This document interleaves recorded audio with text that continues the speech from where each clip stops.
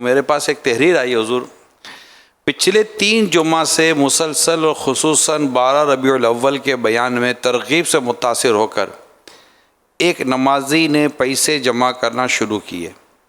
घर के बच्चों ने भी अपनी चीज़ के पैसे नहीं लिए, बल्कि पापा से कहा, इनके अबू से कहा कि दावत इस्लामी को दे दें।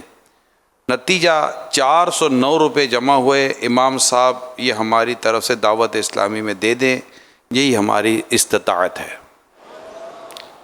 अब देखो इतनी सी रकम है, वो क्या इसमें रकम है, क्या नहीं है, क्या नहीं है, क्या नहीं है। हदीस से पाक है ना कि लाख दिरहम से 1 दिरहम बढ़ गया, 1 दिरहम लाख दिरहम से बढ़ गया। वो कैसे? साहबा किराम अलैहिम रिदवान को ताज्जुब हुआ, तो अर्ज किया, या रसूल अल्लाह ये कैसे हो गया सल्लल्लाहु अलैहि वसल्लम। तो जो कोई इरशाद फरमाया कि वो इस तरह के, किसी के पास तो बहुत सारा माल था, उसमें से उसने 1 लाख दिरहम राय खुदा में दिए, और किसी के पास 2 ही दिरहम थे, उसमें से 1 दिरहम दे दिया। तो यूं 1 दिरहम ये उसके माल का तो आधा हुआ, और लाख दिरहम जो उसके माल का आधा नहीं हुआ, एक हिस्सा हुआ। तो यूं ये आधा माल इसका हुआ, 2 दिरहम का 1 दिरहम दे दिया, तो ये यूं बढ़ गया 1 दिरहम।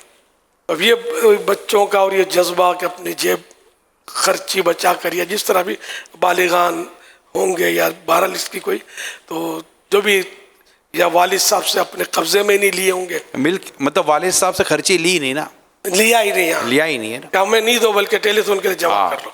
हाँ, तो यूं, वरना नाबालिग बच्चा अपनी जो चीज़ होती है ना, ऑन, जो जिसका ये मालिक हो जाता है, इसको गिफ्ट मिल गया, कब्जा करने की उसमें सलाहियत है, कब्जा कर लिया उसने, अब ये नहीं दे सकता किसी को, राय खुदा में भी नहीं दे सकता, खुशी से भी नहीं दे सकता, टेलीथोन में भी वो नहीं दे सकता।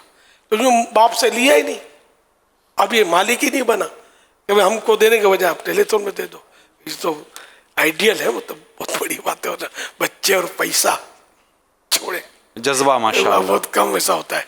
अल्लाह पाक इनको जज़ा खैर दे, इन सबको मतलब अल्लाह पाक बार बार हज नसीब, आमीन आमीन, मिठा मदीना माशाअल्लाह।